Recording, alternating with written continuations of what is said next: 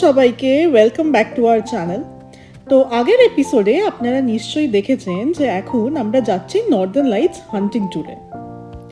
Northern লাইটসের ব্যাপারে যদি আপনারা আরও বিস্তারিতভাবে জানতে চান, আমরা একটি ভিডিও এই সিরিজের প্রথমেই আপলোড করেছি এবং তার লিংক এই ডেসক্রিপশন বক্সে আমরা দিয়ে দেব। প্রথমে তাহলে আমরা নর্দার্ন লাইটসের ট্যুরটার ব্যাপারে কিছু কথা বলি। আমরা রোভানিয়াভি থেকে লাপিন তাইভাস আর্কটিক এক্সপিডিশনের ট্যুরটা নিয়েছিলাম। তো আমাদের এই ট্যুরটা রোভানিয়াভি সেন্ট্রাল থেকে শুরু হয়েছিল। রোভানিয়াভি স্কোয়ার থেকে রাত্রি 9টায় আমাদের এই ট্যুরটি স্টার্ট হয়, আর কিছু দূর যেতে না যেতেই আমরা নর্দার্ন লাইটসের দেখা পেয়েছিলাম এবং তারই কিছু মুহূর্ত আমরা আপনাদের এখানে দেখালাম।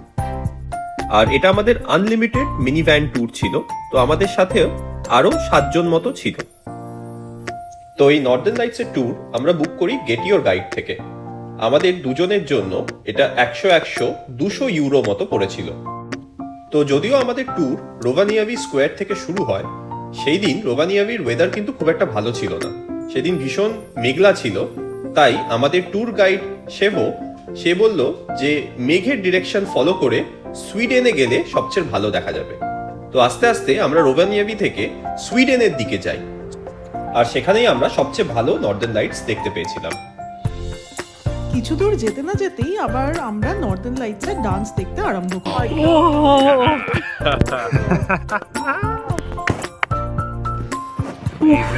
Yeah, really amazing. Oh, I love this kind of lights. It's a little bit challenging and like there's a lot of lights too. Shoot it one more. That's Check. beautiful. You've got the trees in there and everything. Yeah. Perfect. Yeah. And the arc is so high. Like it's super strong right now. Oh my god. Oh my Look god. at that. That's just Not much left. Half an hour, 45 minutes. We're gonna have so much fun. Oh. Yes. Like we are traveling there and the clouds are coming to us too. So we are traveling and it's gonna get clear and clear and then it's gonna be amazing. Can you take one? Yeah.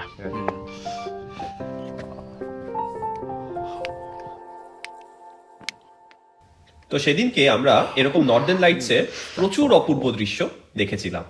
That's it. আর সিটির মধ্যে থাকলে কিন্তু light পলিউশনের জন্য Northern lights দেখতে পাওয়া ভীষণ মুশকিল। সেই কারণেই আমাদের অনেক ভেতরে যেতে হয়েছিল, যেখানে কোনো লাইট পলিউশন ছিল না।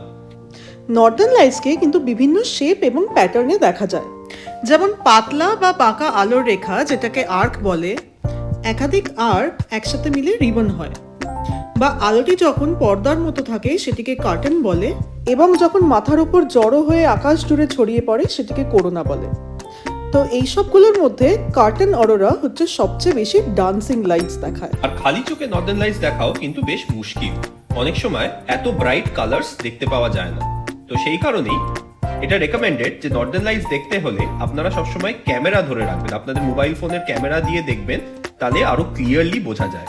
এমনি খালি চোখে বোঝা একটু বেশ মুশকিল। আর ফোনের ক্যামেরায় নর্দার্ন লাইটস এর ছবি তোলাও কিন্তু বেশ মুশকিল, কারণ কিছু এক্সপোজার সেটিংস থাকে, সেই সেটিংস যদি ঠিকঠাক না হয় তাহলে কিন্তু নর্দার্ন লাইটস এর অত ভালো ছবি আসে না। সেই কারণেই আমরাও আপনাদের রেকমেন্ড করব যে আপনারা এমন একটি ট্রিপ নেবেন যেখানে প্রফেশনাল ফটোগ্রাফি ইনক্লুডেড। আমাদের এই ট্রিপটাতে প্রফেশনাল ফটোগ্রাফি ইনক্লুডেড ছিল, এবং সেই কারণেই আমাদের ট্যুর গাইড সেভো এরকম সব খুব সুন্দর সুন্দর ছবি এবং ভিডিও তুলে দিয়েছিল আমাদের। এবং যেহেতু আমরা লাইট পলিউশন থেকে অনেক দূরে চলে গেছিলাম, সেই কারণে অরোরা বোরেলিসের সাথে আমরা কিন্তু মিল্কি ওয়ে গ্যালাক্সিও দেখতে পেয়েছিলাম। আর্কের সাথে আমরা ডান্সিং নর্দার্ন লাইটসও দেখেছিলাম। আমরা এখন লিটারালি নর্দার্ন লাইটের ডান্স দেখছি।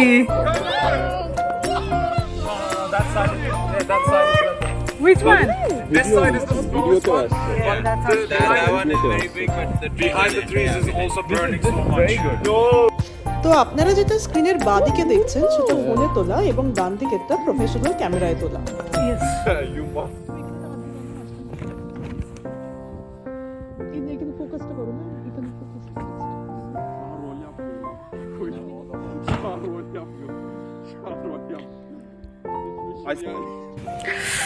এন্ড আমরা স্পাইরাল অরোরাও দেখে নিয়েছি। Looks amazing, guys.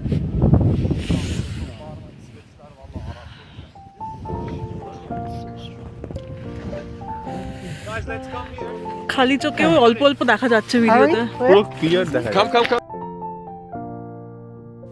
তো আমরা সেদিন খুবই লাকি ছিলাম, কেননা মোস্টলি যত প্যাটার্ন সম্ভব আমরা সবই দেখতে পেয়েছিলাম সেদিনকে। খুব ভালো সোলার অ্যাক্টিভিটি না হলে কিন্তু এরকম অরোরা ডান্স দেখা ভীষণই রেয়ার একটা ইভেন্ট। বাট সেই দিনকে সোলার অ্যাক্টিভিটি যথেষ্ট ভালো ছিল। ইনফ্যাক্ট কেপি ইন্ডেক্স আমরা যখন গিয়েছিলাম সেই সময় কেপি ইন্ডেক্স 4 ছিল, আর সেই কারণেই আমরা এত সুন্দর দেখতে পেয়েছিলাম। শুধু সোলার অ্যাক্টিভিটি দেখলে হবে না, তার সাথে কিছু ক্লাউড মুভমেন্টের ব্যাপারেও জানতে হবে। আমাদের ট্যুর গাইড শেভও সে ক্লাউড মুভমেন্টের ব্যাপারে বেশ অনেক কিছু জানতো, এবং সেই বুঝে সেই ক্লাউড মুভমেন্ট দেখেই আমাদের সুইডেনে নিয়ে এসেছিল একটা ফাঁকা স্পটে, যেখানে আমরা এরকম এত সুন্দর অরোরা দেখতে পেয়েছি, প্লাস ফটোশুটের জন্য বেশ অনেকটা টাইম স্পেন্ড করেছিলাম। এই সব ছবি এবং ভিডিও আমাদের এই ট্রিপেই কিন্তু নেওয়া। তো সেই দিনকে আমরা বেশ দারুণ দেখেছিলাম নর্দার্ন লাইটসের বিভিন্ন রূপ এবং বিভিন্ন কালার্সকে। আর এই নর্দার্ন লাইটসের ট্যুরের ডিটেলস আমরা সব ডেসক্রিপশনে দিয়ে দেবো, তো আপনারা এই ডেসক্রিপশন বক্সের দিকে কিন্তু একবার নজর রাখবেন।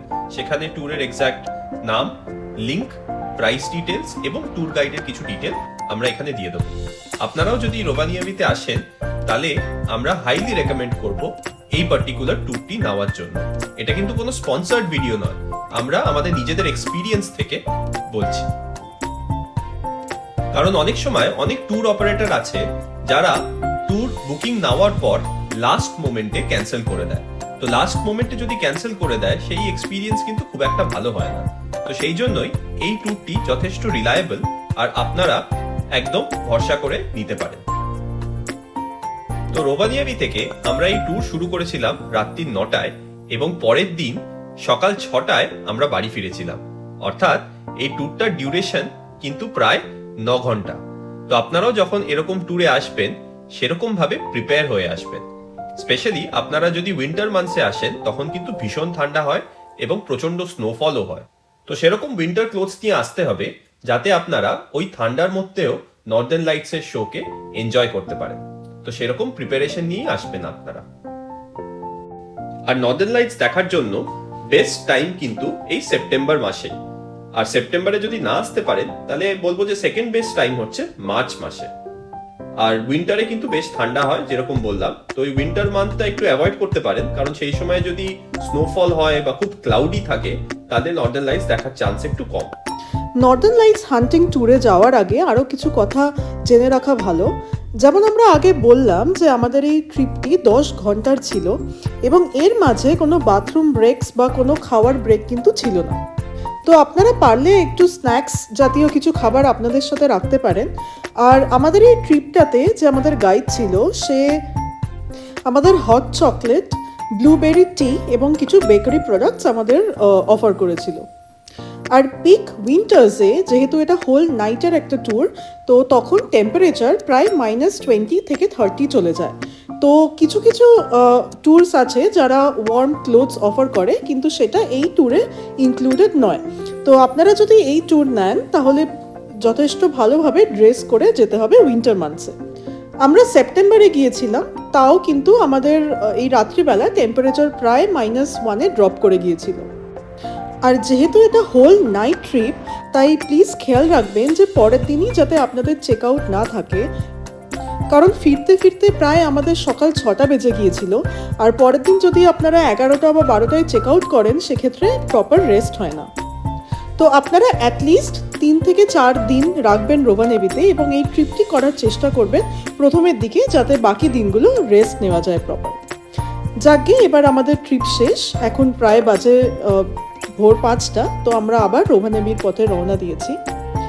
তো আমরা সুইডেনের কিরুনা বলে একটা জায়গায় চলে গিয়েছিলাম, এবং সেখান থেকে ফিরতে প্রায় 2.5 ঘন্টা লেগেছিল রোভানিয়ামিতে। ভিডিওটি কেমন লাগলো অবশ্যই আমাদের কমেন্ট বক্সে জানাবেন, এবং ডেসক্রিপশন বক্স দেখতে ভুলবেন না, সেখানে আমরা অনেক ডেসক্রিপশন দিয়ে দেবো আমাদের পুরো এই ট্রিপটার ব্যাপারে। এবং কোনো কোয়েশ্চেন থাকলে আমরা নিশ্চয়ই চেষ্টা করব আপনাদের উত্তর দেওয়ার। তো আজকের ভিডিও এখানেই শেষ করছি। কাল আমরা রোভানিয়ামির শহরটা এক্সপ্লোর করব। তো প্লিজ দেখতে থাকুন আমাদের ব্লগ সিরিজ, এবং please do like, subscribe and share our videos, and please don't forget to comment. দেখা হবে পরের ভিডিওতে।